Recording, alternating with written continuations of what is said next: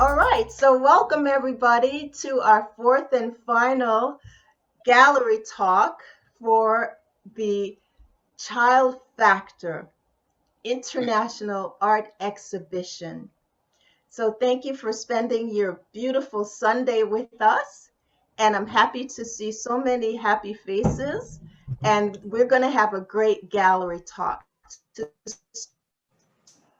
start us off, I want to just talk about, just briefly, Busboys and Poets, because Busboys and Poets is where 32 works of art is going to be shown across 3 locations in Washington, D.C. Okay, so I'm just going to read their story. This is the Busboys and Poets website, and this is about Busboys and Poets, and I think this is very fitting for us as a group of artists who want to create a positive change around the globe. So Busboys and Poets is a community gathering place. First established in 2005, Busboys and Poets was founded by owner Andy Shalal, an artist, activist, and restaurateur.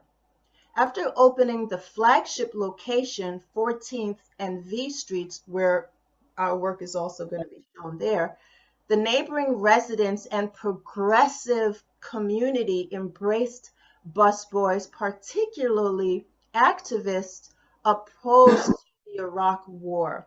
Busboys and Poets is now located in 7 distinctive neighborhoods in the Washington Metropolitan Area and is a cultural hub for artists, activists, writers, thinkers, and dreamers, all of which I believe we all are here on this call. Why the name?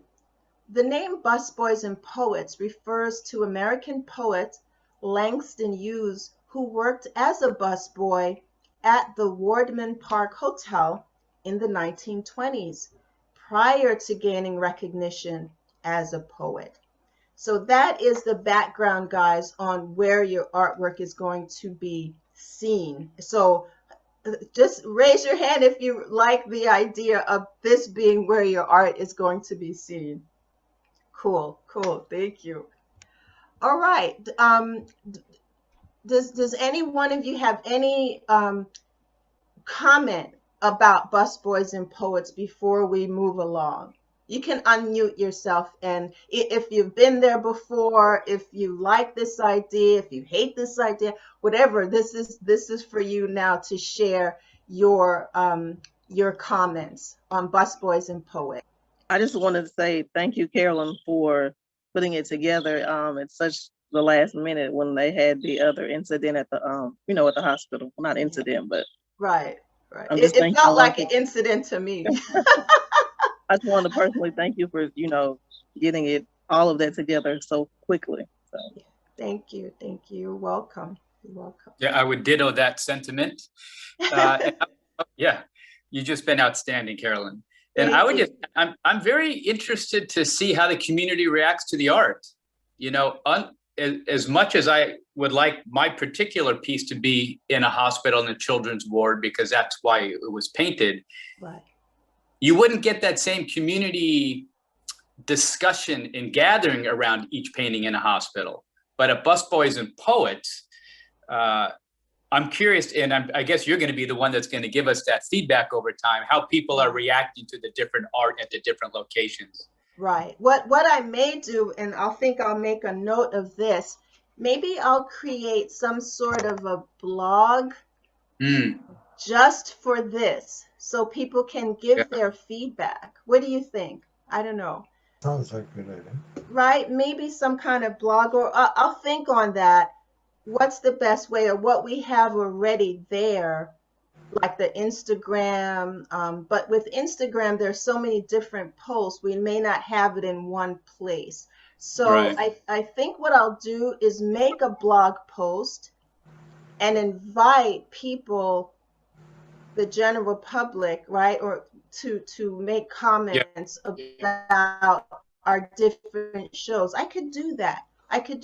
Because we have a blog just for the members, and I could make a second blog for people who just want to comment on the artwork that we're showing in the different communities. I think, what do you think? That's a good idea, right? Okay. Yeah. Yeah. What about like at each table, or either like at each table at the restaurant or at the location, have a little thing where they can scan and do a Yeah, service?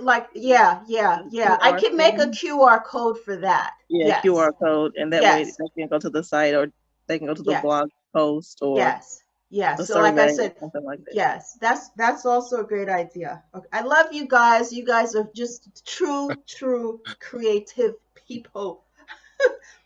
Feedback. Okay, and QR code. Is this just for the people in the show that are doing the talk today, or is this just in general? This particular gallery talk is for the artists who have their artwork in this.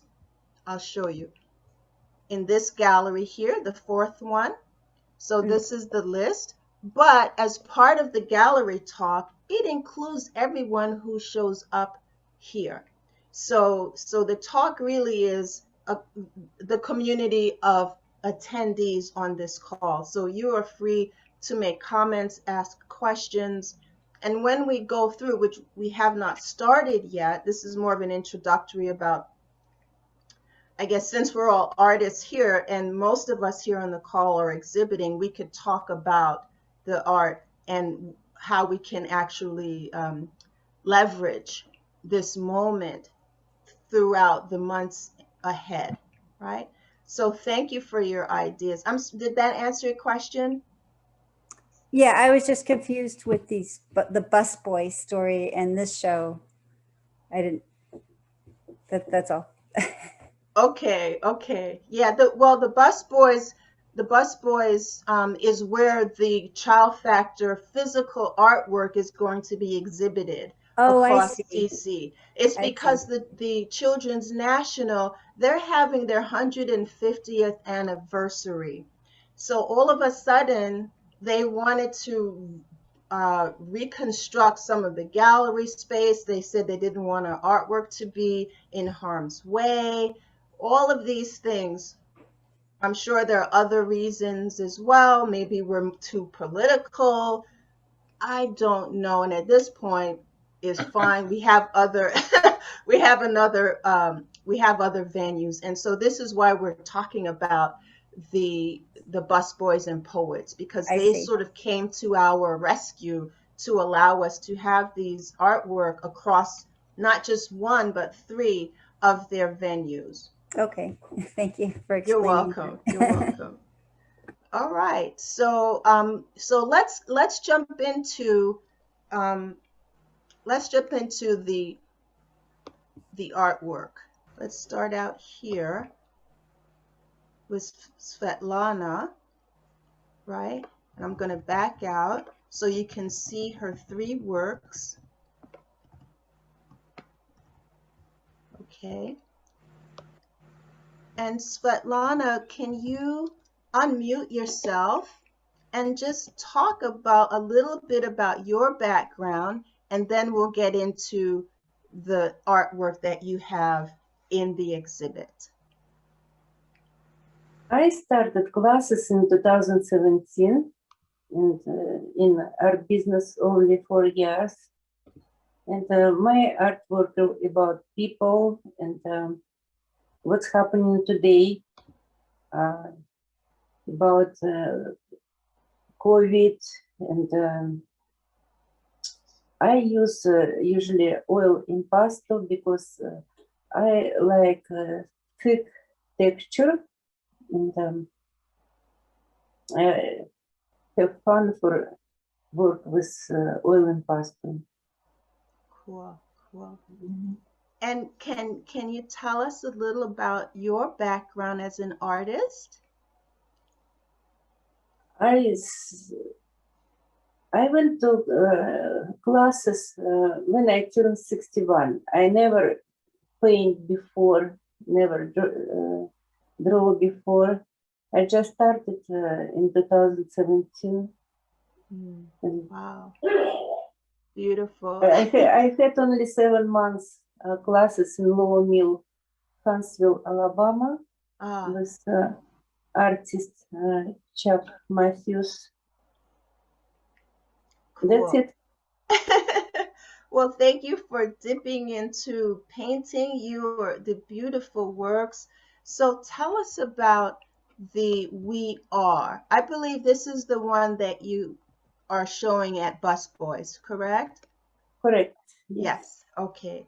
So tell us a little bit. It says here, remember, no matter what part of the world we come from, fundamentally, we are all the same human beings. At the same time, the problems we face today, violent conflicts, destruction of nature, poverty, hunger, and so on, are mainly created by humans. So that's the statement that's attached to this piece, and you titled it We Are. It's beautiful. So Yes. tell us about this, the 1, 2, 3, 4 figures in the piece. It's people from around the world, like what's happening today. I think what we need is peace between people, no matter what they come from. Yeah.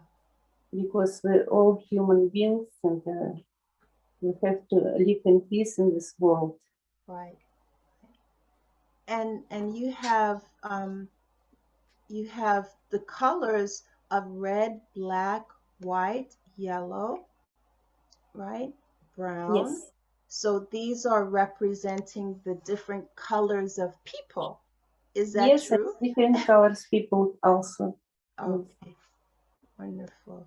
Okay. And then this one, where it looks like the father is holding the baby and has another little one at his leg, holding on to his leg, as little kids do.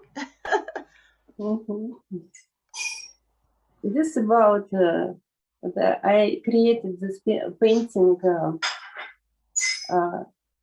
exactly in hard time of COVID, and like kids can't play together on ground.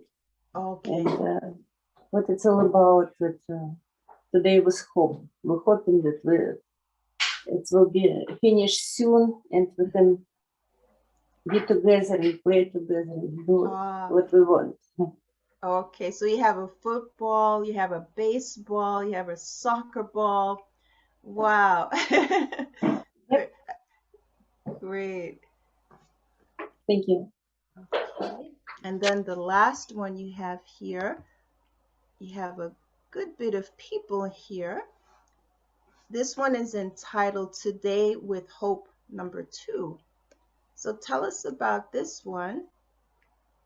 This one about broken spiral, like life's supposed to go by spiral, and what's happening with COVID, it's like spiral is broken, and one moment we stopped go by spiral, and it's connected to all people in the world, also all colors, and black and white and yellow.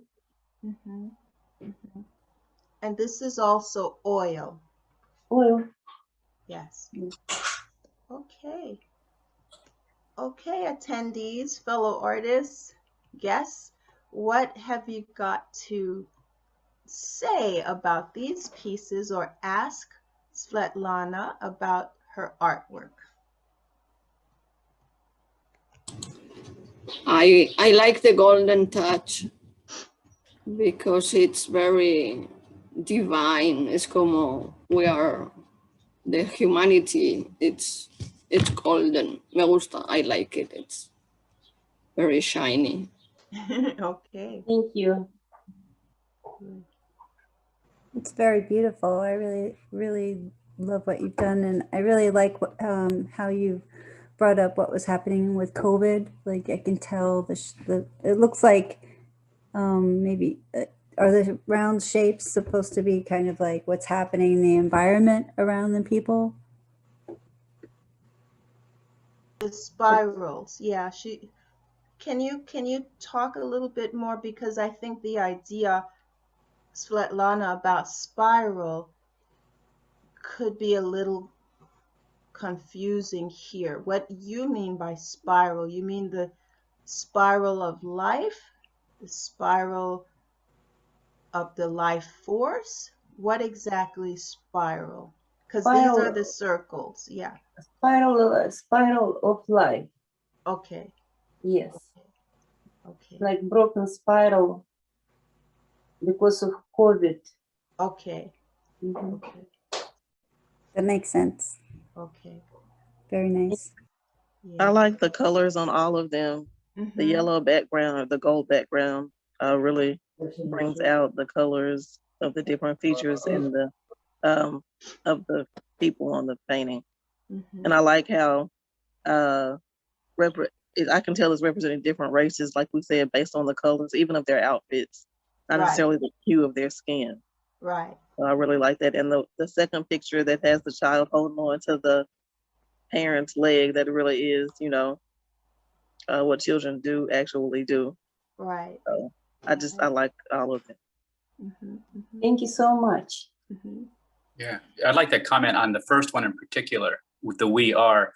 I'm also struck by all the yellows, the golds, and I found myself focusing on the yellow image in the middle of the person. I think that's the most luminous, so my eye went there first, and there was a lot of detail there. And then as my eye moved around to the different focal points in the painting, I started focusing on your rectangular blocks. And what was happening to me was I kind of felt like I was reading your painting the same way I sometimes read people, in the sense that you first see someone, you look at the color of their skin, you look at their dress, you look at their hairstyle, you look at all those details. But if you have enough time to spend with somebody and you get to know them, you realize that they're human. And something for me was happening where I moved from the images that look like people to the blocks, and was moving from more like the representational to the abstract, which I think supports your theme that, yeah, we might look different, but yes, we are all human. We all have needs. So maybe I looked at it that way because as a painter, I've always struggled painting representationally because it's just very hard for me, and I've gravitated to abstract. So that was coming up for me when I looked at your work. I don't know how intentional that was for you, but I think it's very effective how it makes me respond that way. Thank you. Very nice to say that. Thank you. Thank you, Mar. Thank you. Okay. Does anyone have any other comments for Svetlana? Svetlana, when you came, your cultural background is from Ukraine, right? No, I'm from Russia, but I am American citizen. Yeah. Yes. Yeah. Okay. Great. So thank you so much for sharing your creativity with us. Thank you. Thank you for having me. Sure. Yeah. Look at this beautiful piece by Nancy McIntyre, A Richer Rainbow. Nancy, you have the floor. Please tell us a little bit about your background and what this piece is about. Okay. I think I mentioned when you were off looking at other things that I actually am still a full-time business professor. Okay. But I have been for 25 years, and every university that I go to, I audit all of the art classes. My mother was an artist, and I've always wanted to be an artist. So I've taken a lot of classes, but it's only been in the last 2 or 3 years that I've started to actually show my work. Okay. So when this call came out, you know, I'm older than a lot of your artists, and I kept thinking of the rainbow and how the rainbow is the symbol for kids. But when I went through it, I thought, well, there are no Black kids or brown kids, or the rainbow doesn't work to me in a global world. And so what I tried to do was create the rainbow that we're used to and add the golden brown. And then I laced it with gold because I think that's what our kids are worth. Yeah. Hmm. So, Yeah.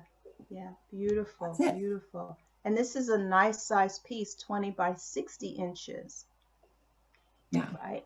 And it says the rainbow goes beyond the traditional colors to include shades of brown and black and encases all of these colors in shimmering gold. Beautifully said. Okay, and we're going to go across to your second piece, which is a triptych. And I presented it here for you as the triptych without them being framed individually because it's a little more difficult to put it in the virtual gallery that way. But guys, you can imagine each one of these in its own black frame, which this is the way it's going to be shown at the Busboys and Poets in 3 black frames, beautiful frames. So tell us about this, Nancy. It's called Journey in a Child's Mind. It kind of came up when my grandchildren, 2 of my grandchildren were here, and we were talking about the call, and we were talking about kids all over the world. And for whatever reason at that time, I had a bunch of jewelry that I was taking apart to recycle. And so the kids would sit at the island and they would make little kids out of the jewelry. Oh my God. Wow. And so this was a necklace, used to be a necklace. And it goes from silver to a copper color to a gold color in the 3 kids. Right. And the one on the left, and I went and looked at the UN discussion of the kids, and it talked about imagining and reading and then growing. And these are multimedia. They're very, very textured. And the one on the left indicates where we're born. And it's not that it's not colorful and bright and wonderful, but it's just where we're born. And then we start to imagine a different world. And we go out and we start to explore. And in the second one, it's difficult to see on here, but the circles are all old-fashioned script and type and things like that. And this one's about learning to read and learning to grow and light coming into your life. And then the last one is, to me, it's you've climbed the ladders, there are no fences, the balloons were part of the kid idea, but it's living your life to the fullest. And that's, to me, what the right hand painting indicates. Okay. Beautiful, beautiful. So this, in a little way, is a collaborative piece with the grandchildren, Yeah. right? It really is. That's great. And the road on the left one, the roads by your house, is actually twine that they put glue on and laid on the painting. And that brought out the 3D. And, you know, there are a lot of elements on there, but those were little towns out of the burlap, and they were laying out a map with little kids. And that's where that came from. Okay. And then you have, it looks like you have some writing. Yeah. Here. And I think that's, to me, where the lights, you imagine as a child, but then when you start to read, if you have the opportunity to learn to read, and unfortunately, if you don't, there's a problem, and we need to solve that. But this is where you start to develop yourself as a person, and you read and you learn. And that, to me, and maybe that's partly me as an academic as well, the importance of education and reading and things. So that's the second one. And then on the right is what I hope will be a more fulfilled life for kids and for all of us. So they're very rustic and very textured, but I had fun, and the girls had we could tell. So guys, let's talk with Nancy about her piece. Any feedback for her? Any comments on the 3 pieces work beautifully together, and I like how you told that narrative of how the 3 pieces are linked together. And I think it's great, like Carolyn said, that you're actually involved your grandchildren in the creative process. I'm Yeah. curious, have they seen the finished product? They have, because I got them framed and they Yeah. were hanging in our house here. We moved to North Carolina during the pandemic to be near a couple of the grandkids. And so they saw them hanging and we hung from bottom to top on a long, thin wall. Mhm. And Oh, so, wow. yeah, they got to see the end product. Wow. Neat. Now, if we'd actually been able to have a physical show, I would have brought them. They came the last time I was in one of Carolyn's shows. Right. So Wow. Wow.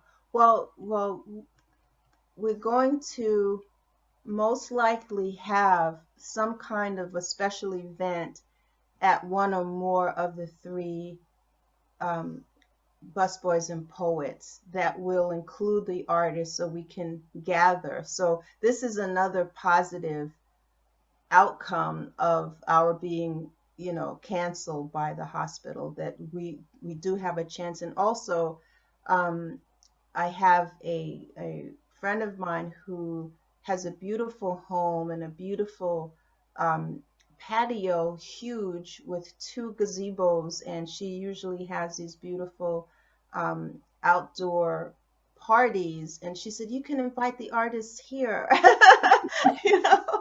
So I'm cooking up all kinds of social events for us that include, hopefully, people who are involved with organizations that will actually be a part of helping this situation with children, whether it be child trafficking or whatever, the lack of education,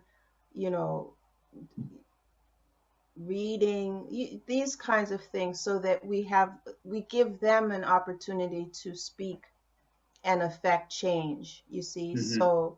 So I'm glad you brought that up, Nancy, that and usually when I have a show with the artists, I try my best to jam pack all kinds of neat stuff that we can do and work around and leverage the artwork. So, but so that's in the mix, okay? That's in it's like coming together, but I've got to like try to do one thing at a time,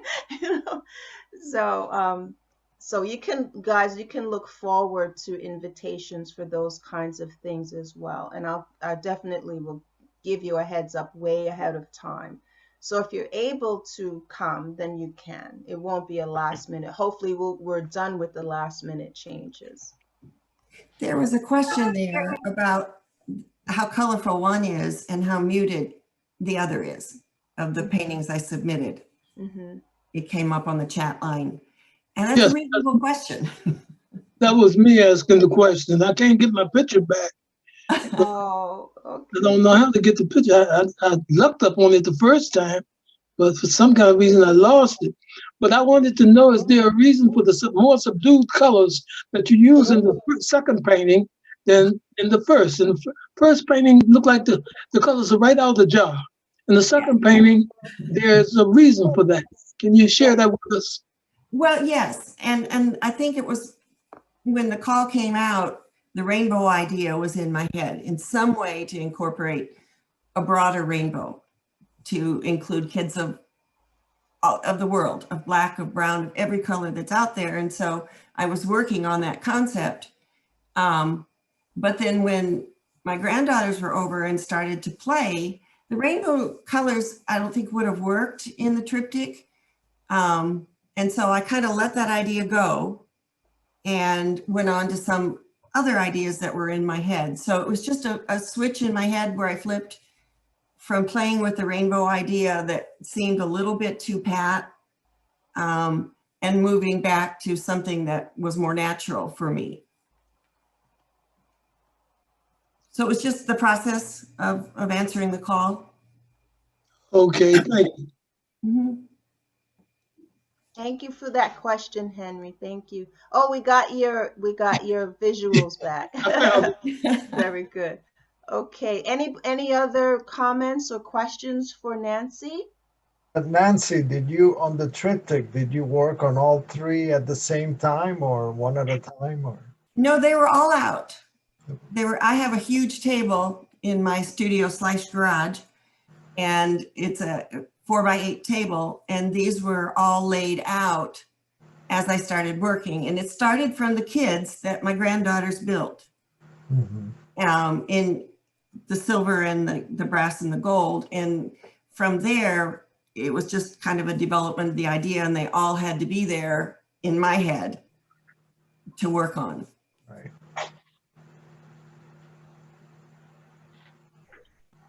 Nancy, I have a question for you.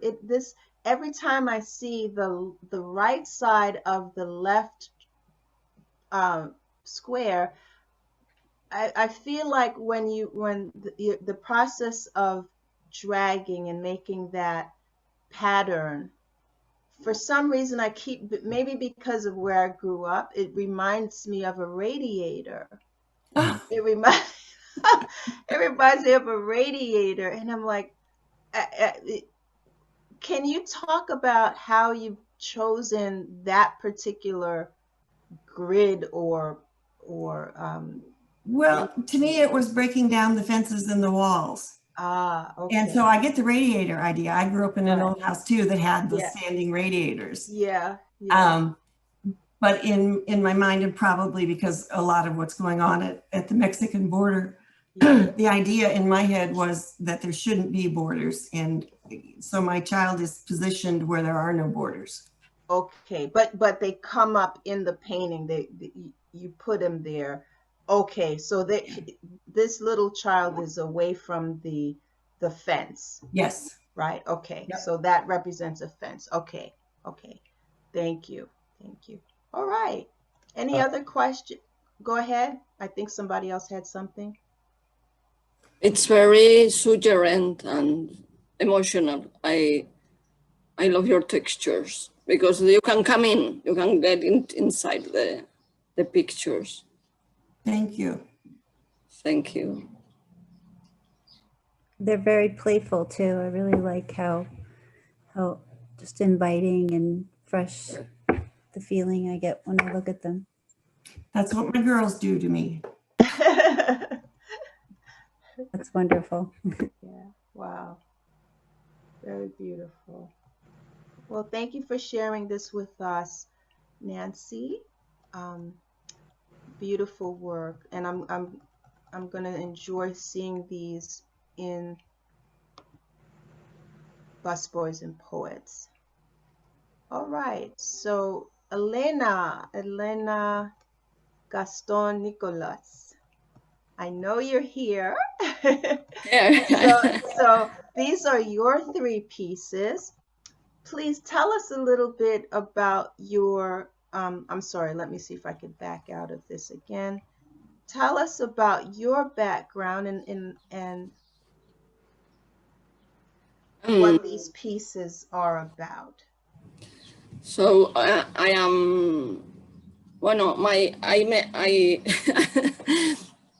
I'm sorry, my English is a little, pero bueno, I am multidimensional, I work multidimensional, I am guardian of the planet, and I am teacher.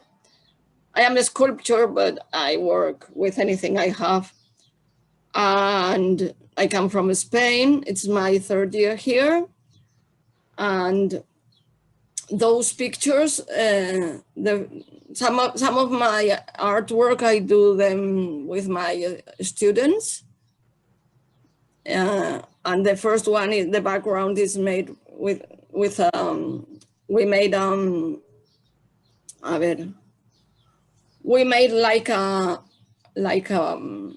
we were playing, so we played in teams, and we were painting masterpieces of 3 primary colors, and every child has 1 piece and has to draw they were divided in numbers and letters, and then once we finish, we make like unity in the variety. And for the exhibit, I post the cardboard, and I I drew the couple of kids with a book, and they are showing the earth, because I think the name of the picture is the truth. We come from the sun, or ¿cómo se dice? What the truth reveals. We come well, from the truth sun. reveals, yes, because I think the truth will make us free. We are power, we are wisdom, and we are, ¿cómo se dice? Conscience. And the sun represents it has the mental shape of the labyrinth of Chartres, and it has the three colors of sunset, noon, and sunshine. No, ¿cómo se dice? Los tres, sunrise, noon, sunset. Okay. It belongs to the three chakras: power, wisdom, and conscience. And I think, and it's an Odam's 64 encyclopedic icon. I have changed it, but it's the aesthetic of that years, because when I was young, we learned differently, like encyclopedic knowledge. Now everything is separated, and we are not, I am teacher, but I am not learning the wholeness. I cannot, I try, but because I like to connect, to make connections, because everything is holy. But that's the idea, the encyclopedic, that we have to learn about, everything is connected. Wow. Okay, so thank you for that. Very, very interesting. And how about this large piece? It's beautiful. It has so many people in it. Tell us about this one. This is called Dodge Park ES Student and Staff. Yeah, this was this was my first school in America. I used to teach high school in Spain, and here I am elementary, but I love kids because they are much more freedom and they are much more expressive. 12 years old, we stopped drawing because we are afraid to do it bad, and we stop. But I love, so the background, it's America, it's the USA, and the kids, there are portraits of the kids, okay? I made, they made they were not self-portraits. I put one in front of another, and they had to make a portrait of the classmate. And they are my colleges. The colors, they are first grade, second grade, special, CSOL. The principal is golden, and the assistant principal is silver. So the t-shirts, they are different colors. The teachers are in the front. See, the teachers are in the front. Okay. I see a teacher with the white mustache here. Yes, it's very caricatura, but yeah. But it has the expression. They recognize, they like it very much. They have it on the school because they look very like. Oh, that's wonderful. The faces are little. So the school itself collected this piece and is hanging there. Good. All right. Very. Where am I? So this was also collaboration with the children. Yes. On the background are children portraits. Okay. And that the ram over there, the ram is the symbol of the school. It's on the top left, that one. What media did you use in that? That's oil? Is that an oil painting? It's mixed media on canvas, it says. So yeah, it's acrylic. Yeah. It's Okay. most acrylic, but I like to mix, ¿cómo se dice? Supplies. Okay, yeah. We understand. We understand. Very nice. I So I love think you their have, names on their t-shirts. It looks like they all have necklaces from a distance. But yeah, it's not until you get up close that you understand it's that wording. Yeah, their name on their shirts. yeah. Hmm. Beautiful. It's And very then, interesting. okay, yeah, so you have these two. Yes. Okay. So guys, any comments for Elena on these two pieces? Yeah, it's very interesting to the piece and the contrast to the teacher and the children. This I love this piece. It's very inspiration for the understand other idea for the country, the teacher, the education. It's good. Yes. Thank you. I think painting with the two girls, or the boy and the girl together in the middle, I think that one's my favorite. Just really so beautiful and has a lot of nice energy there.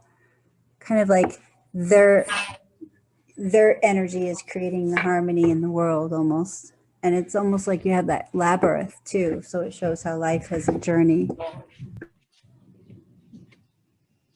I like your vivid colors and the palette you use because it captures your attention right away, which invites me in to then linger a little bit longer and look in at the little details that are in the painting because you have so many wonderful details. Thank you. It has a crystal quartz in the middle. Yeah, I saw that. Yeah. Because it's to get, and the rainbow in the pages of Mhm. the book. Mhm. Mm. I know. Yeah. I never know when it's finished. You always see more things to do. Yeah. Yeah. It's very I forget what artist said that, but some famous artist said that works are abandoned but never finished. Wow. Thank you. I love all the imagery at the bottom as well, at their feet. There's so many things that they have their socks on, their feet, and then there are these people, and then it looks like there's a bulb or some kind of a bottle that could be for science, could be all kinds of stuff. So it's just it begs the imagination to look, and you have the hearts and all kinds of stuff. Yes, I like to look for elves and trolls and the people. But I used to tell the kids how to seek them. But once I put the big figures on the labyrinth, all of the little people, well, they are inside. Right, right, right. Very cool, very cool. Thank you. Okay, any other comments for Elena? All right, thank you, Elena, thank you. Thanks to you. All right, Wendy. Is Wendy with us? All right, so Wendy's piece is about heart, the heart. And she says it's a large piece, 32 high by 28 inches. Children's impact includes many challenges around the globe. We mustn't forget their hearts can be broken just like ours. It's all a matter of the heart.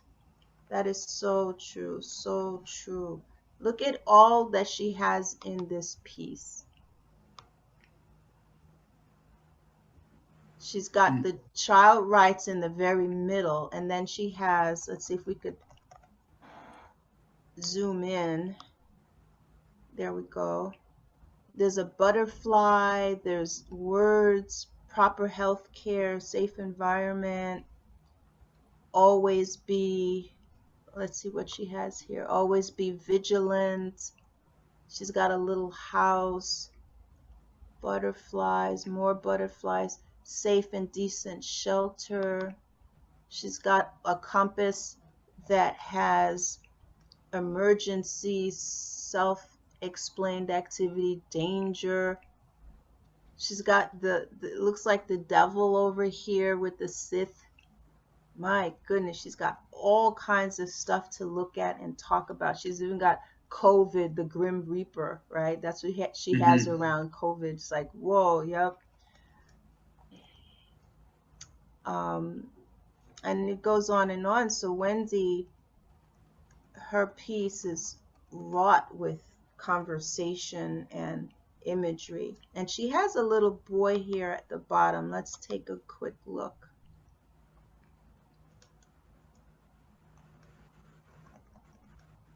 Yeah, she has a little boy there at the bottom, and next to it, this red hand with the, you know, with the butterfly in the middle. So this little boy's, his facial expression looks like one of fear or terror, one or the other, but poor kid, you know, it's just the expressions that she captures with the figures that are in of the little children. It's like he's having a really rough time, whatever's happening to him, you know. There's barbed wire around him, so I guess maybe he is involved with some camp, you know, some kind of refugee camp, or a place where the kids are separated from their parents. All kinds of sad things. Okay, guys, what are your feedback about Wendy's piece? I like the colors. I think it's a really heavy piece. A lot, like you said, a lot to take in. Yeah.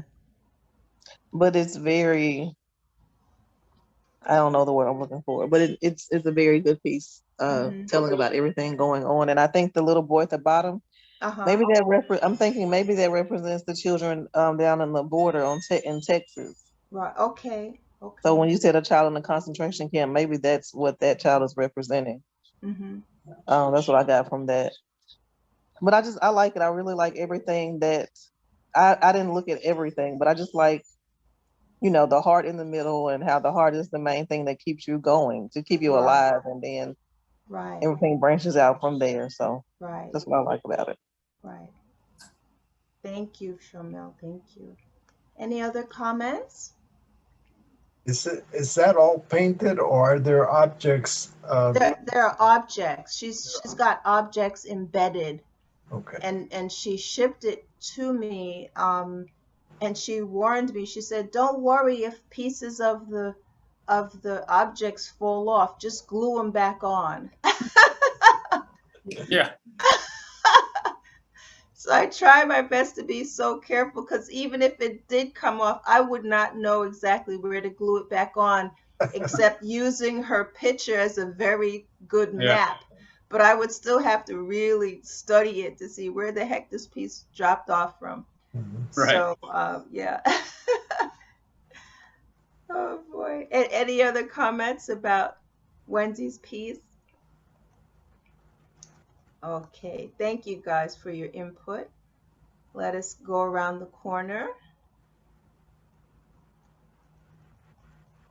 This gentleman here is in Africa. I don't think he is with us today. I'm pretty sure he's not, but I just want to talk about his pieces. This one is his Fumani Walter Maluke.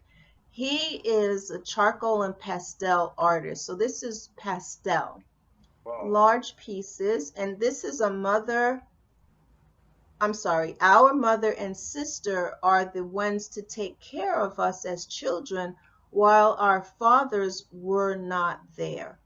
So here's a father washing his little boy, and the title of the piece is "Who Are You?" Right? So look at the detail that he gets with the pastel. Look at that. And here at the bottom is, I guess, his pants. right? It's put here at the bottom. Yeah, and his shoes is there as well, his pants and his shoes. So this all is about family life and his experience in South Africa. Mm-hmm. This one says, unity begins at home. Another charcoal and pastel piece, 32 by 43. Here it says, as a child from a marginalized village, I learned how to approach life in different aspects of life due to playing and sharing with other kids and appreciate what they have in that time. So this he's getting into his biography growing up here. And he states he, as a child from a marginalized village. So here he is with his home, his homies, right? His friends. They all have at least a tire they could roll down the road.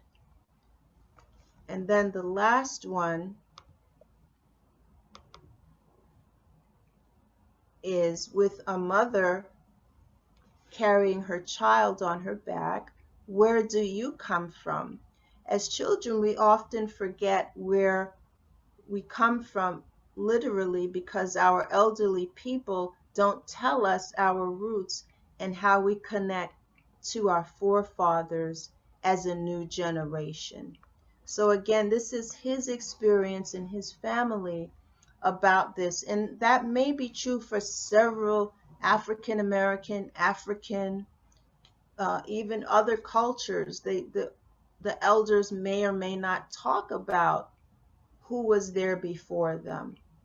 So this artist is his statement is, I read his whole statement and his biography, and he says that children, that's one of the rights that they should have, to know about their past.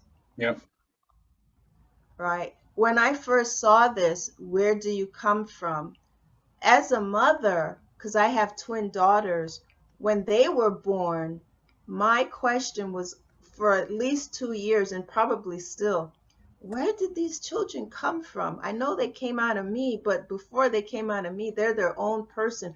Where did they come from? So this, when as a mother, right, this is how I connected to this piece. So it's the mother asking the little kid, where do you come from? But actually, it's the little kid asking the mother, where do you come from? So you see how it's interesting how viewers have their own take on art, no matter if it's representational or abstract. The viewer will always bring their own spiel or ideas to pieces. So guys, before we go ahead, do you have any comments about Fumani's work? I just right away like the look of his pieces. I like his palette and that high contrast between tones that he has. He's really personalized his style. Yeah. And I particularly like the one in the middle with the 3 boys in the tires. Yeah. And the one boy who's in the middle has his hand on the shoulder of the other boy who doesn't seem to have a tire. Right. But they're all just enjoying their time together. Yeah. I don't know what they're looking at. Maybe the future, maybe, I don't know. But very effective. Yeah. And the title is very, very relative because it says unity begins at home. And these 3 young boys really seem to be in high agreement with each other. They're not fighting. They're not tugging hard at each other. They're touching, you know, in a respectful way. And so this is their home and their village. And so it's very true. So this artist is demonstrating what unity is for him, that it does begin at home. And that's true. Because within families, if you're not unified, you can take that outside and have a very disjointed society. once you know what I mean. So it does begin at home. Okay, guys, any other comments? I like all of Carolyn. these. Oh, go ahead. Oh, no, Carolyn, this is Winifred. When you mentioned touching, and I looked at each one of them, if you notice, they're touching. The baby's touching the mom here on the far right. Yes. And then in the middle, the two boys are touching, and needless to say, the father that's bathing the child is touching. So that's an interesting fact, Carolyn. Yes, yes. Yes, that's the touching. That's great to point out here. Yeah. Oh, they are. Yes, each one is they're touching. In each one, someone's touching the other. Yep. Mm-hmm. And this one is the easiest to discern. Mm-hmm. Yeah. Even the little boy, he's touching his father's leg with his head. Yes. Yeah. So realistic, very realistic. Yeah.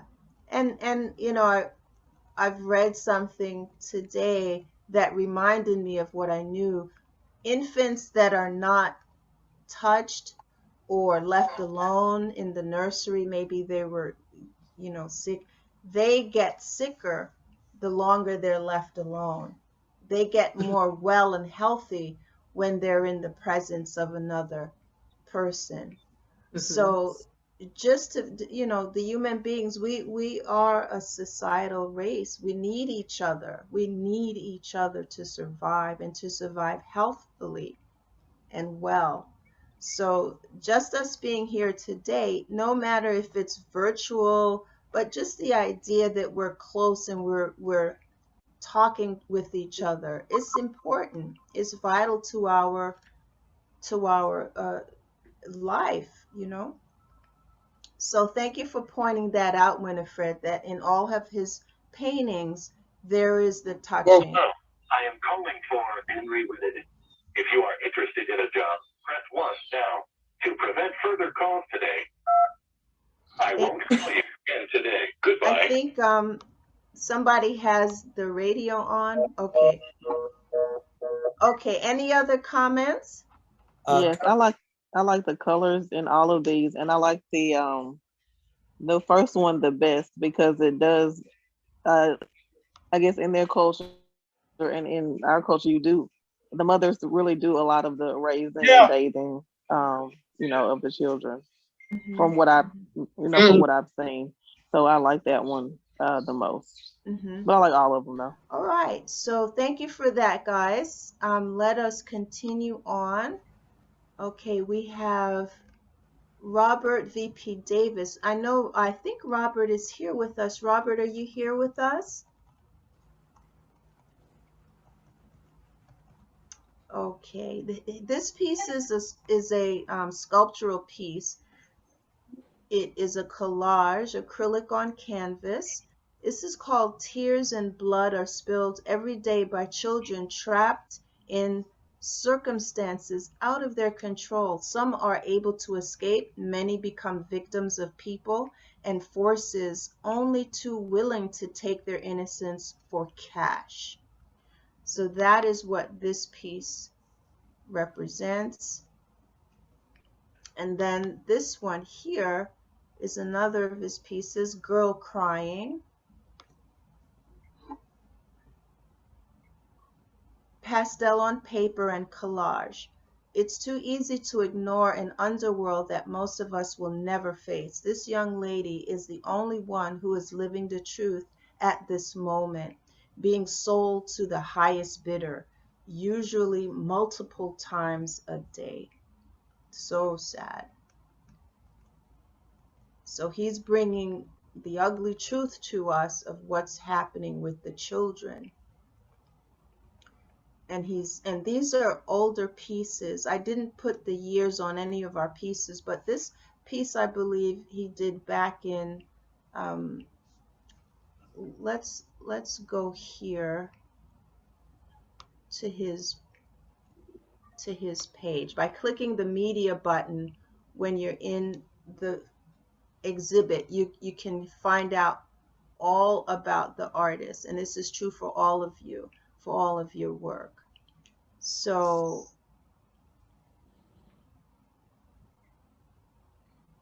yeah, it doesn't have the year, but I remember it being at least over 20 years old, the piece. So he's had these for a long time.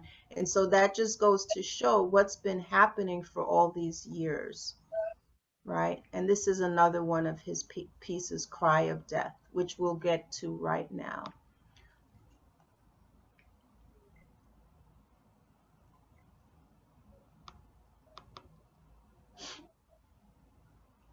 Okay, and this one is, we see these images daily on TV and other media. Mothers in anguish cradle their dead or injured children as their older children cling to her, lost and stunned. So this is a charcoal on paper piece. And these are included in the show because these are the ugly truth of what's going on in families across the nation, across the world, right?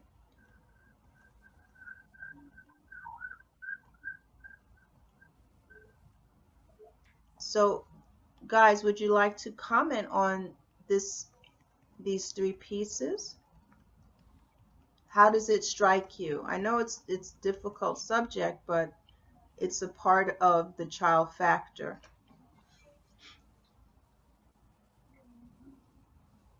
I think it's done very tastefully. It's a difficult subject. It definitely is for children and for the adults that have to look at things that, you know, when they've had to suffer that from their childhood as well. So, but I think it was really done very tastefully. Yeah. Thank you. Any other? I think it's great how his work is so different from piece to piece. Yeah. Which just kind of showcases his artistic talent. The mediums are different, the imagery is different, the compositions are different, yet they're all effective in their own way. Right. Yeah. If the artists were here, I'd be curious to hear a little bit more about the process for each of these and maybe which one he prefers to work in. Yeah, they are at first the two on the far left and far right were what was selected for the exhibit. But after I read the information about this piece, I thought they do all belong together. They do all belong together, and it exhibits the artist's thought process of why it is that they've created this piece. You know, and that gives the opportunity for any collector or anyone who's interested in these topics to use them as education for whatever, right? The more you communicate about your artwork, yes, I understand art should speak for itself. Yes, that's true. But sometimes people don't listen. People don't have the eyes to see, to understand. They need words. Some people don't learn by just looking at shapes and colors. Some people learn by visual, by reading, right? So I think that again, I just say over and over, guys, definitely, even if it's not needed or not requested by the collector, the gallerist, you have a little sentence or two about what the piece means to you or what you're trying to convey. Even if you take an inventory of all your artwork, make a little, because you may, you know, years from now, what was I thinking when I did that piece? You know, it might also give you a idea of how it was that you've come to make this piece, right? And it can help some future docent to explain your work to a group of people in a gallery show. That you see, so looking forward in your creative career, your words it won't hurt. It won't hurt. Yeah. Thank you. Okay, Tony, it's your turn. There you go. Tell us a little bit about yourself, Tony, and what these 3 pieces represent.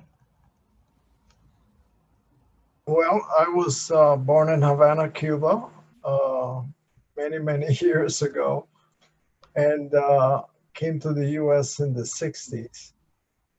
I studied art at the University of Illinois at Chicago. And I also do a lot of remodeling and carpentry work. And that's why, why recently I have been working on drywall as the format.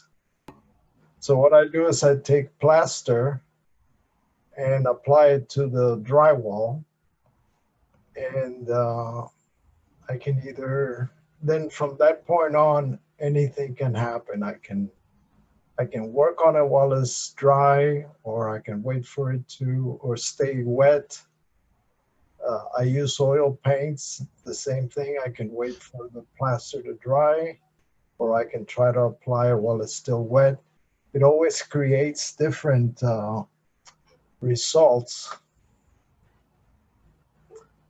And I guess I have been interested in rock art, geoglyphs, petroglyphs, and I sort of like the idea of time being included in the piece if you see it as something that could have possibly been made, scratched into a rock many hundreds of years ago.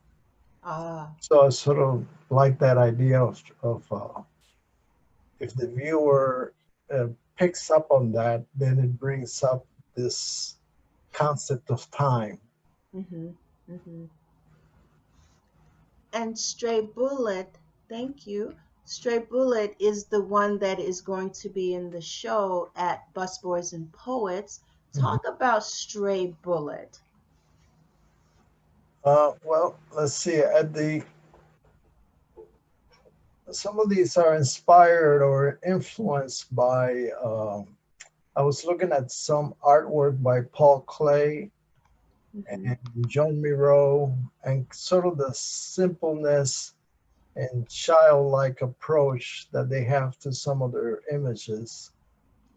So with that in mind, I think I was making these pieces, trying to make them convey an idea in very few simple lines.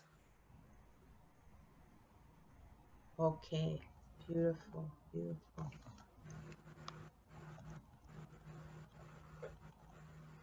And then also this one in the center, this one is On Guard. And the other connection, I guess, is that because of their simple style, that they bring to mind the children's art, like we saw it from the Spanish artist.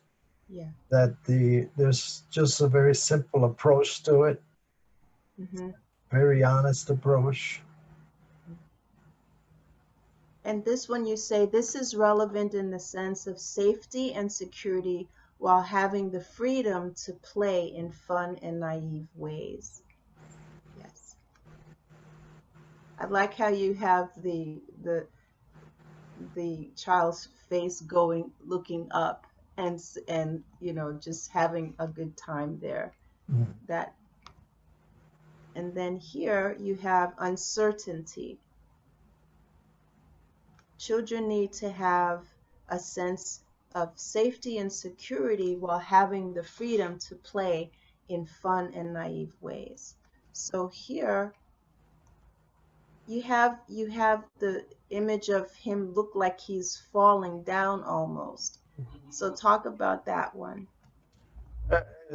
It's titled Uncertainty, so it's sort of the idea of and the figure is blindfolded, so going forward without really knowing what's in front of you.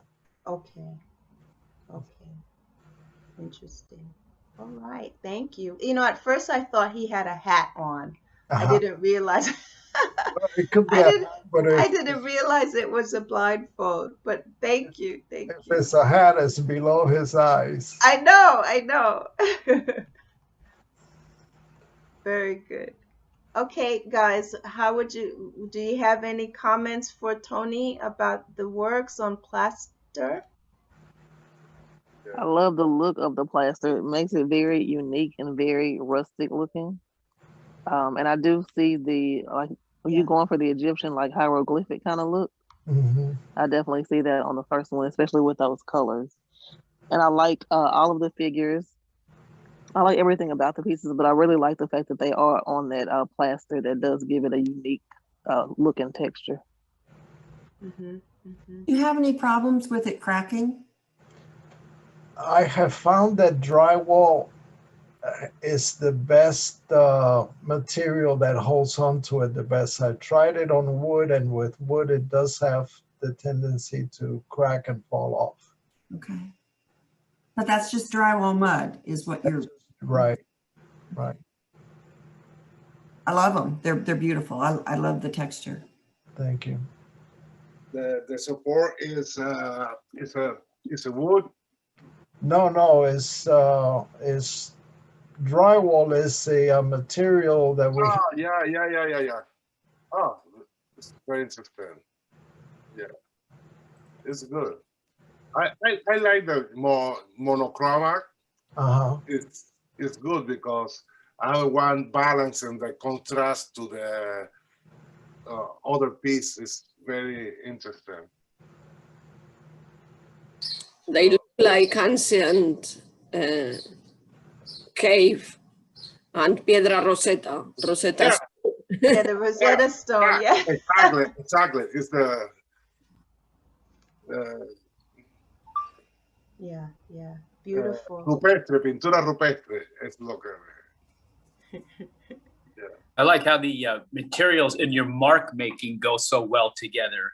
This idea of you using the drywall mud as your support in the way you carve into it.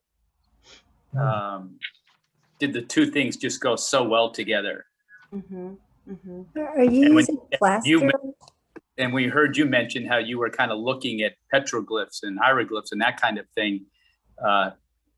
It makes even more sense why you chose the materials you use in the mark making that you did. Worked really well together. Thanks. Are you using plaster on the drywall? And I didn't, and it's oil paint on top of, so that's what you're doing? Right. Okay. Right. That's really interesting, and I like the distressed look. Yeah. And what do you use to seal it? I'm not sealing it so far. I'm just letting it be. I think there's a couple of pieces that, because when I apply the paint is very thin. I thin it out quite a bit. And on some pieces, it almost looks like if you rub the plaster, you would be removing paint. And I feel like I might have to seal some of those.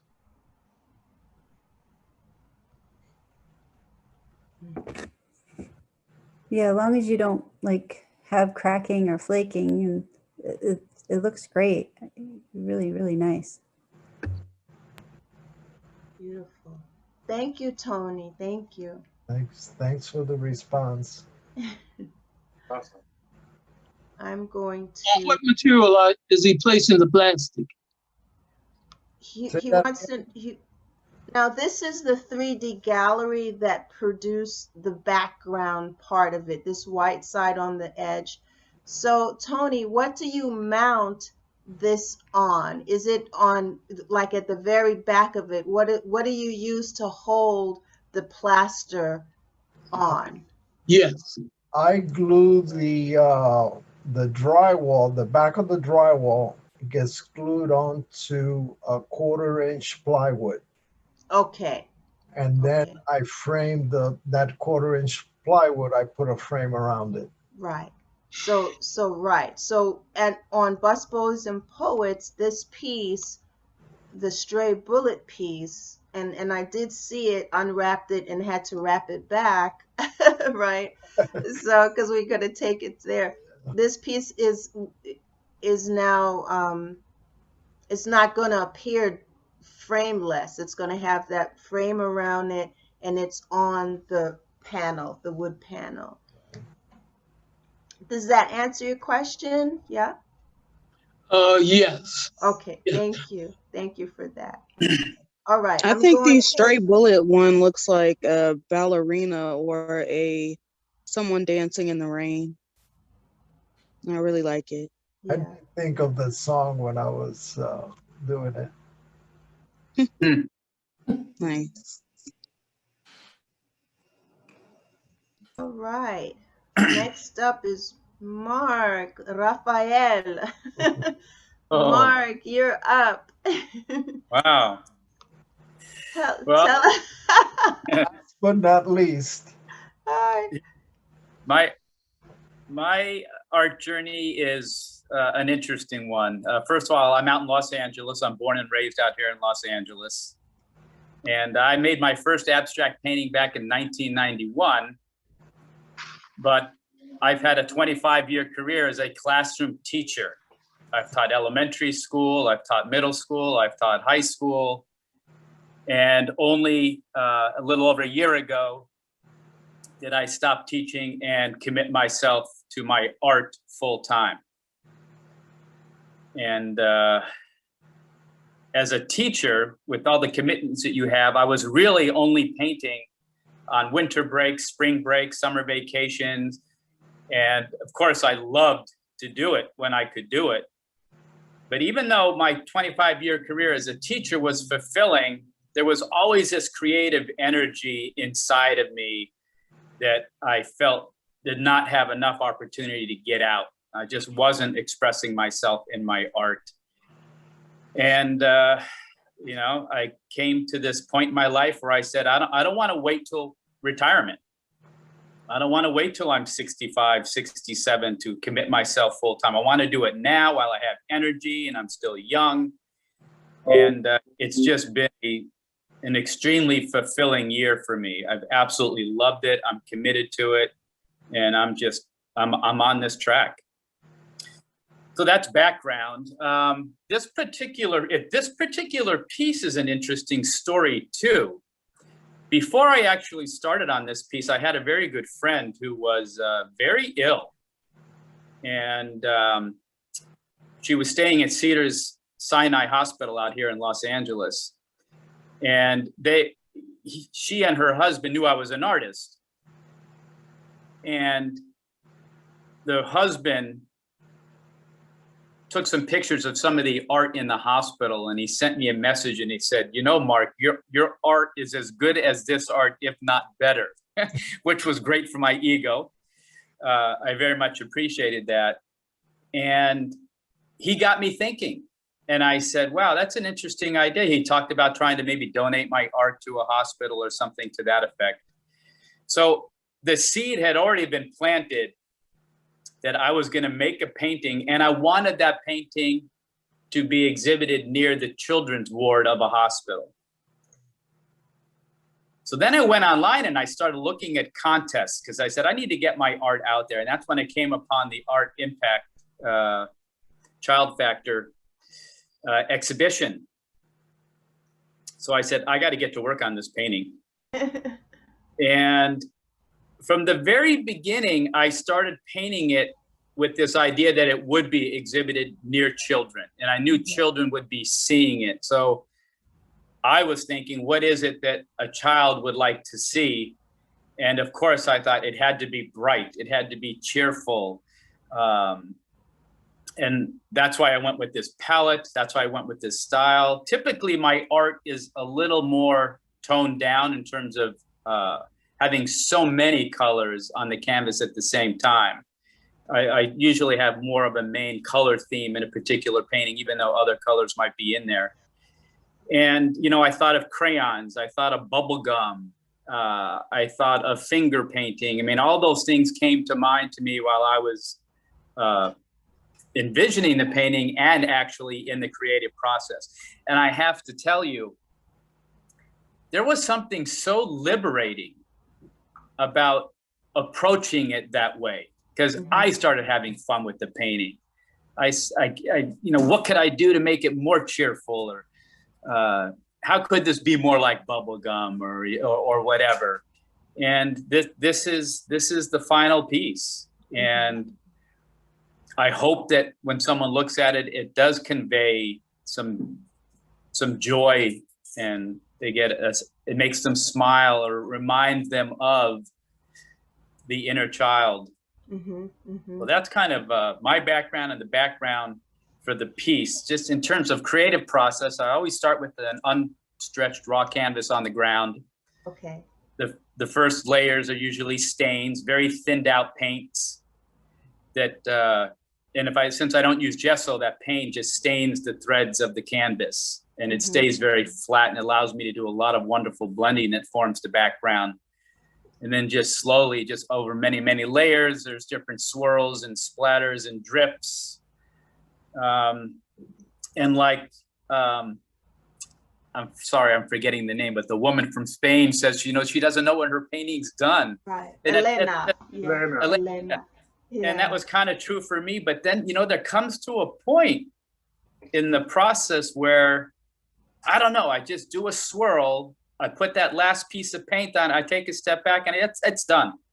There's nothing more I can do to this to make it better or to communicate something else. And that's when I just have to step away from it. Great. So that's what is, children's board for you. Wow. So what are your, now this is a true abstract expressionist painting, true to form, true to form. So I'm happy to hear you said you felt very liberated as you approached and as you were going through your process of painting it. Yes. So, and I have to just to comment that the colors are they're jovial, they're positive, there's a feeling of positivity, of joy, yes, definitely of motion, but it's not erratic motion. It's a harmonious mix of line and color, and even in the background you can have some semblance of shape, right? Like you have the teal blue. For me, I almost see like, you know, don't laugh, I see like seahorses, you know. Yeah. And so for me, for my opinion and how it strikes me, and even the yellow, you have a very good balance of color. So if this were a song, it would be a beautiful, calming orchestration of different musical instruments that have, you know, that have the same kind of reason for being in the song. There's nothing that seems out of place here. There's nothing that draws my eye to just that one spot, and what in the heck does that mean, you know, kind of thing. So it's for me, it's a very contemplative, meditative, relaxing, but yet positive, like an inner smile. Like an inner smile. And it is something that I feel it does have a healing aura to it. So even in Busboys and Poets, I think it will work not as you intended, but the need for these kinds of emotions and images is global. It doesn't matter if it's in the hospital, in a bar, in a bookstore, in a restaurant, right? All people need this. And as we grow from childhood to adulthood, the need for joy and love are the same. And I would say that this does convey those sentiments. That's just my take on it. I appreciate that. Thank you. Sure. No, it's interesting that it's interesting that you mentioned the musical aspect of it, because I was listening to a lot of jazz. Okay. And yeah, you know, and there is something about improvisational jazz that I liken to my artwork as well. Mm-hmm. And that's that interplay between control and the lack of control, or with deliberation and spontaneity. You know, when you think about the great jazz musicians, you know, they know all the rules of the music and they know the rules of the song, yet they have that talent and freedom to improvise within a song. Right. And when I paint, I'm always paying attention to the formal elements, the line, the texture, the color, but I also allow that spontaneity room to express itself. Mm-hmm. And I think that's where a lot of the magic of the art, not that my paintings are magical, but the magic of the art making process comes in for me. Mm-hmm. Mm-hmm. Yes. You know. And I just want to take a moment to click on this, just so the artists and the attendees can understand. When they go to the 3D gallery site, this is where, if you want to purchase the actual piece, it'll take you, by clicking the buy button, it'll take a person to the page that the artwork is being featured. So here is his original painting and also his prints. Now you can imagine if somebody wanted to purchase this print as a puzzle, wouldn't that be fun, right? That would be a challenge for any puzzle person who does. And also the paper on canvas, as I mentioned earlier, the acrylic, right? And also on wood. So this is available to people again. So as an artist, you can definitely copy these links and paste it and send out to whoever you'd like to see what's available for them. Especially, like I said, it has a very positive effect. I don't see you having any trouble with marketing the piece. I mean, we'll do our part to Art Impact, but you as an individual, you can obviously take any of these links. It could be a link. Let's go back to here, right? It's the invitation link here. You can invite somebody on Pinterest, Facebook, Twitter, Tumblr, in LinkedIn, and email, right? You can take a link to your page. Right. You can take this link, Mark Rafael, and here has your video, right? And this is just of your art. It has your bio, it has your photograph here, and also a link to the piece. Yeah. So thank you. You're welcome. So again, and this is true for all of the 47 artists in this show across the four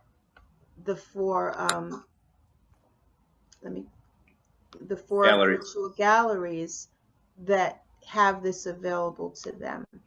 So does anybody have any comments? I know I took up a lot of time for that with Mark, but he has been so great of attending all of our gallery talks. You know, I just wanted to, thank you. You've been a very good supporter of what we're doing and also participant. So thank you for your comments and your insights in everybody else's artwork. So guys, this is your opportunity to tell Mark what you feel about his piece here. Please give him your feedback. I'd like to ask a question. How large is that piece? The piece is 43 by 63 inches. Thank you.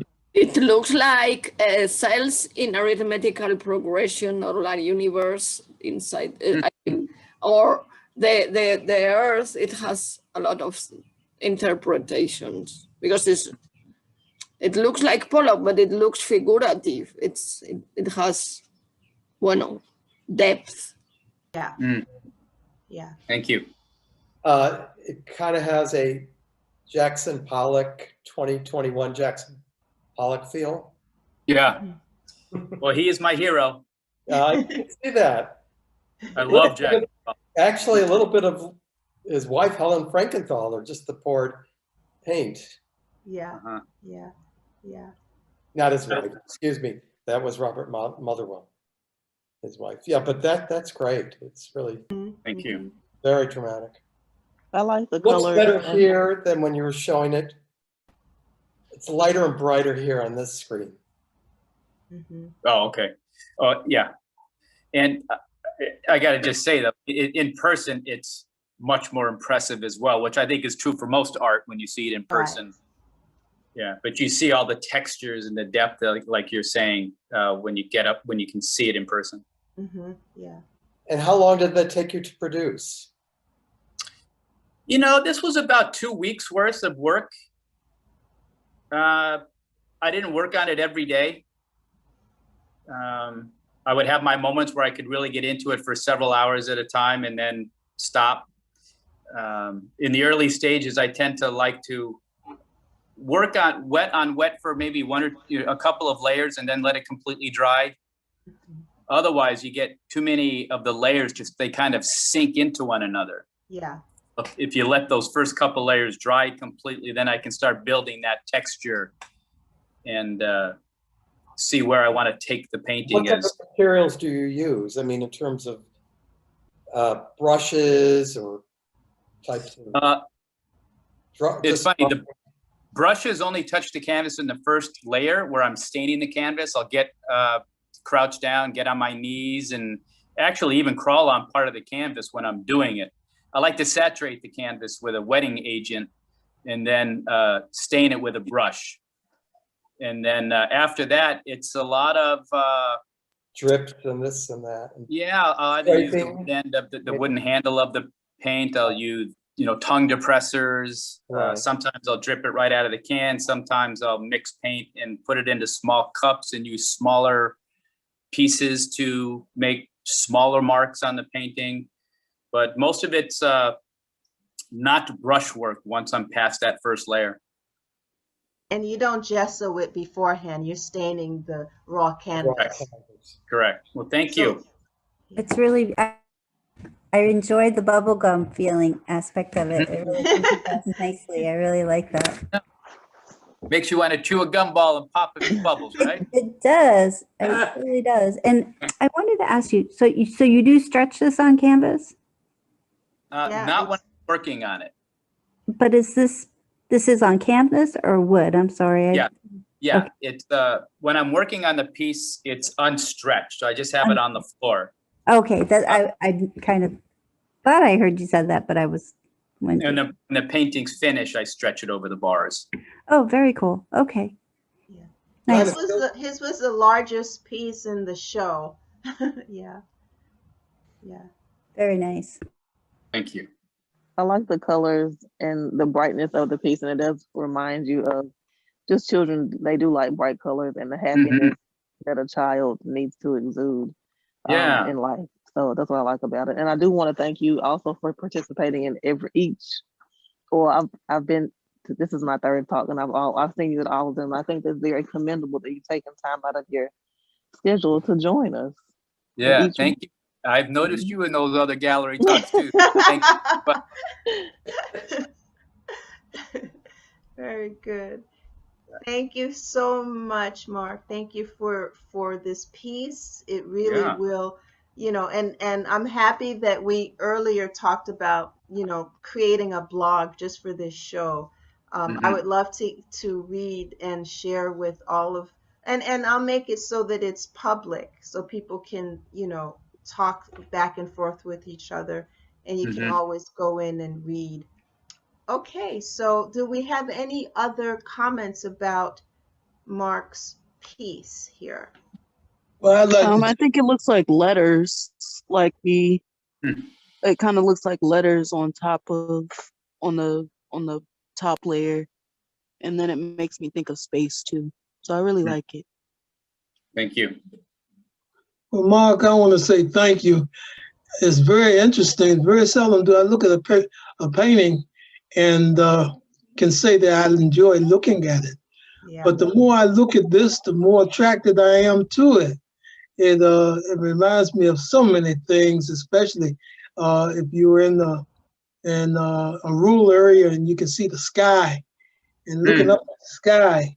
This kind of reminds me of the universe in one respect, but that yellow really does something to it. It really brings, it has a feeling all of its own. It gives it a feeling all of its own. Yeah, I like that. Thank you. And please tell me your name, because your picture's not coming up on my phone. I'm Henry. Oh, Henry. Okay. Thank you so much, Henry. Yeah, there's Henry. All right. Actually, again, it's the California Jackson Pollock. I might use that moniker. Wow. Thank you. Thank you guys for sharing your feedback and comments with Mark. I think we have the last three. These are the last three pieces, and these are by Roxana Rojas-Luzon. Is Roxana here? I hope she's here. She's not. Oh, she's not here. Okay. I love her pieces. These I'm going to read what she's written about them. Cousins Forever #2. All right, so Roxana has done a mixed media collage. So this collage is 30 by 36. And she says, let's protect children against those who want to take away their time to play, their dreams, their innocence, and their creativity. So that's this one. Look at all the interesting objects that she has incorporated in this collage, right? And you can see that they don't have specific faces, even though you know their faces are there. That's one of the things that she does across this piece.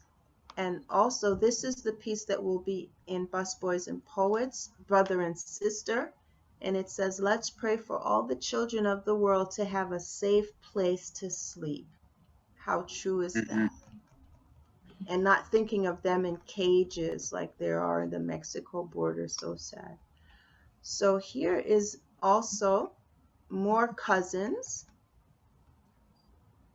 Look at how she's done her pencil work as well as her collage.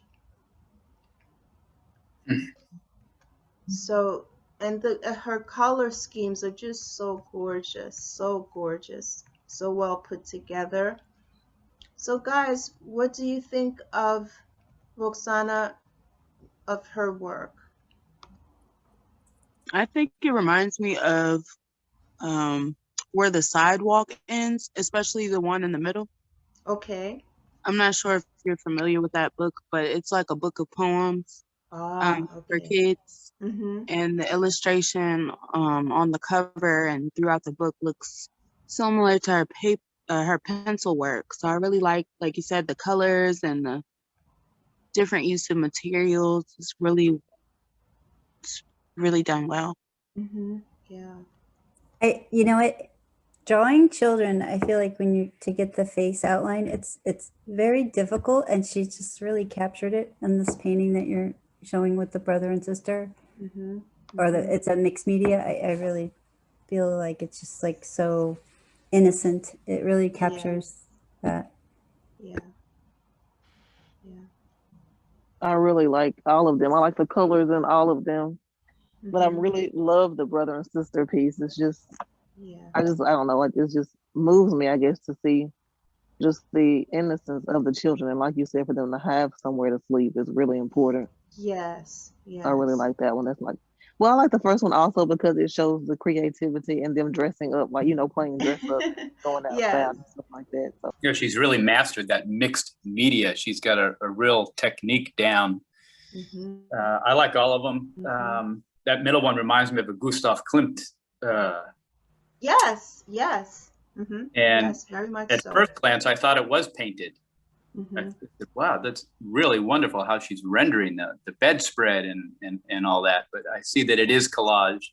Yes. But I really like the third one. There's something about, it's amazing how she can create so much animation with the characters through the collage quality. It's like a lesser artist would have just lined up the kids and had them all look at the camera, or look at the viewer.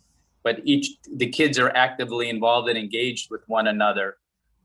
And then that subtlety, to me, it almost looks like they're sitting at the edge of a little pool or something and their feet are actually in the water. Right. I don't know if I'm reading that right or not, but it just, that translucence, see-through quality comes through to me. Yes. And I like the little boy with the sunglasses. I think that's really cute. The second little boy. Yeah. If I could just add one other thing, just look at the hairstyles of the kids. It's a diverse group of children. Yeah, yeah. You could tell by the colors and the haircuts and the textures that they're from different ethnic and racial backgrounds probably, and they're just enjoying each other. That's right. That's right.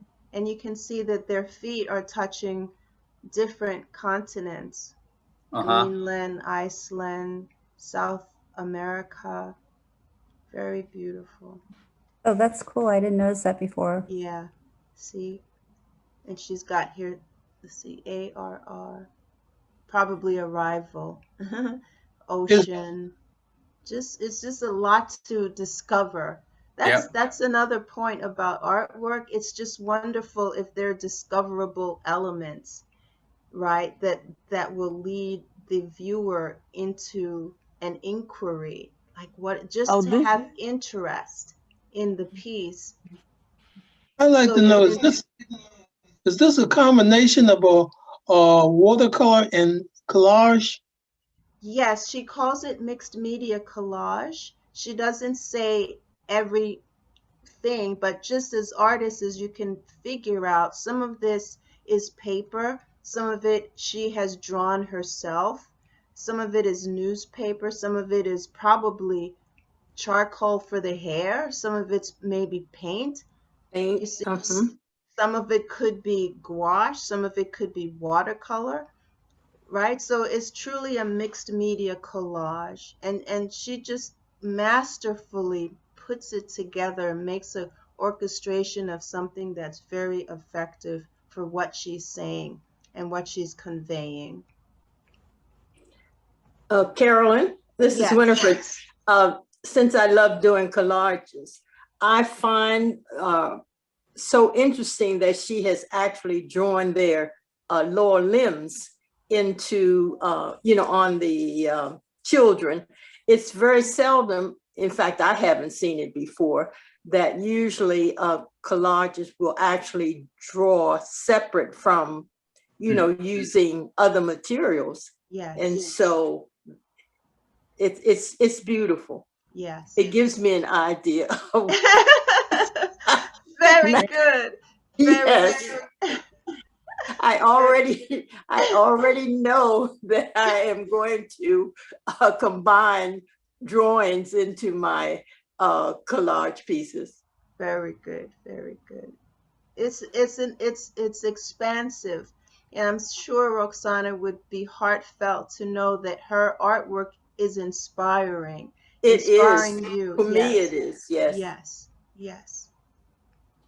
Thank you. I like how that she hasn't put the features inside they are, me gusta eso. I like that. Yes. One that you have chosen, it's beautiful. Yes.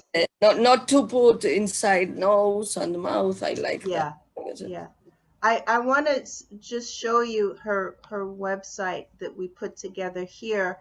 Her statement, it says, my main source of inspiration, that's Roxana, right? That's her picture. My main source of inspiration is my family. Every year when I travel to Peru during the summer break, there is at least one new member of the family. Maybe a couple of newborn, including grandnephews. Family gatherings are always happy. We catch the energy of our children. They're always loud, run a lot, and feel excited. When we get together, we celebrate.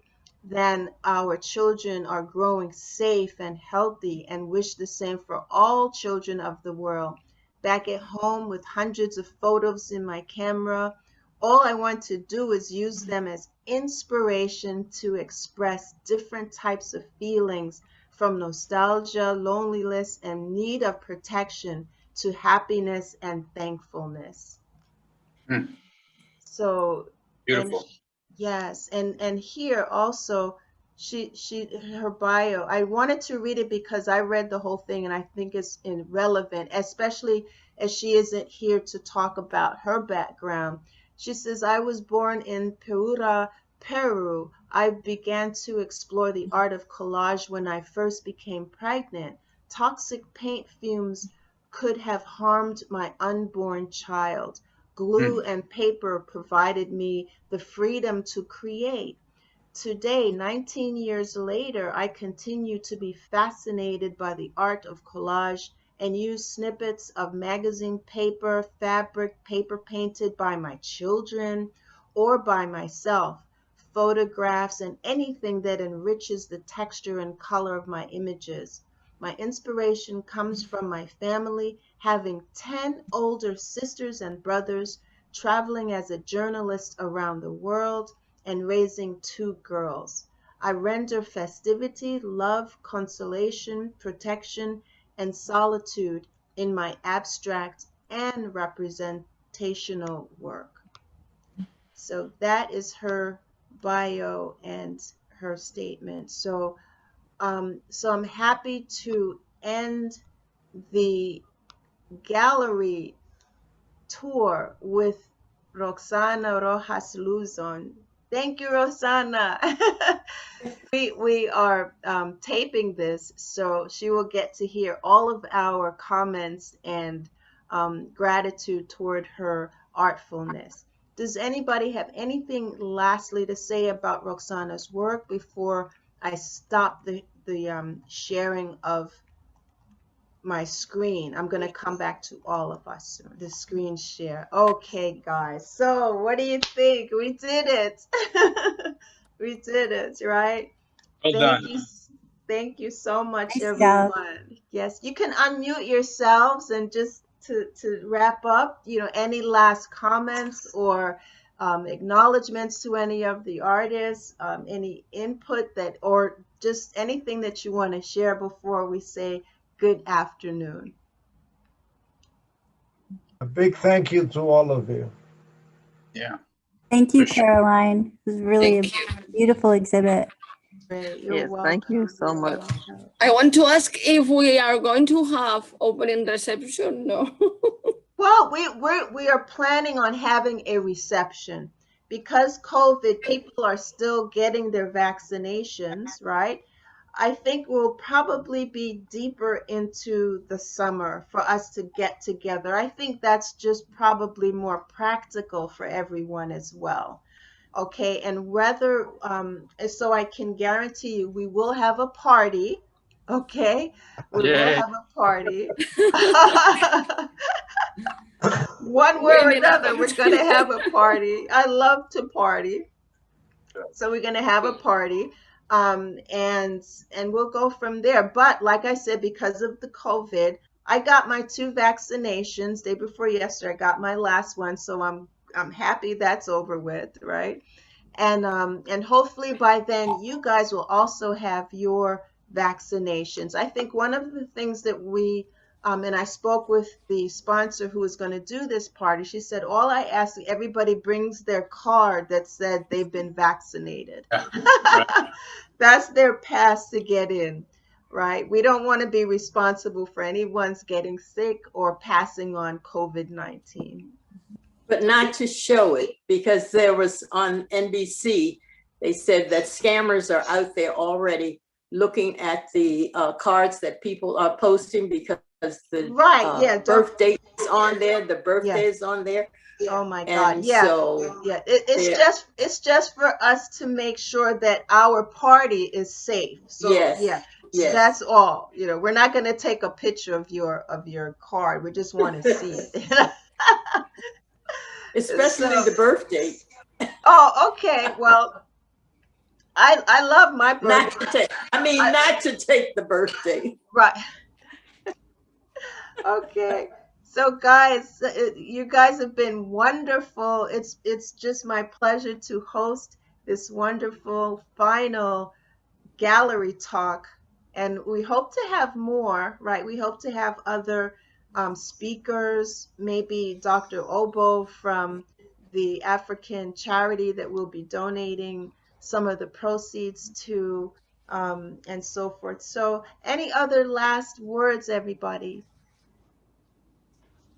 No, just thank you. Carolyn, yes, just to say that one of my guests called me after yesterday's virtual thing, and she was so excited. She said, even though she had attended some of our, shows, that this is even better because each one of the artists, of course, can talk about their piece and we can ask questions. So she certainly enjoyed her visit yesterday.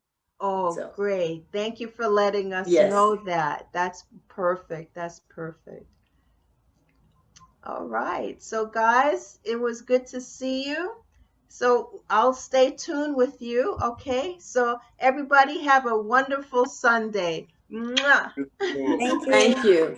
Thank you, everyone. Thank you, Caroline. Thank you. Welcome, Elena.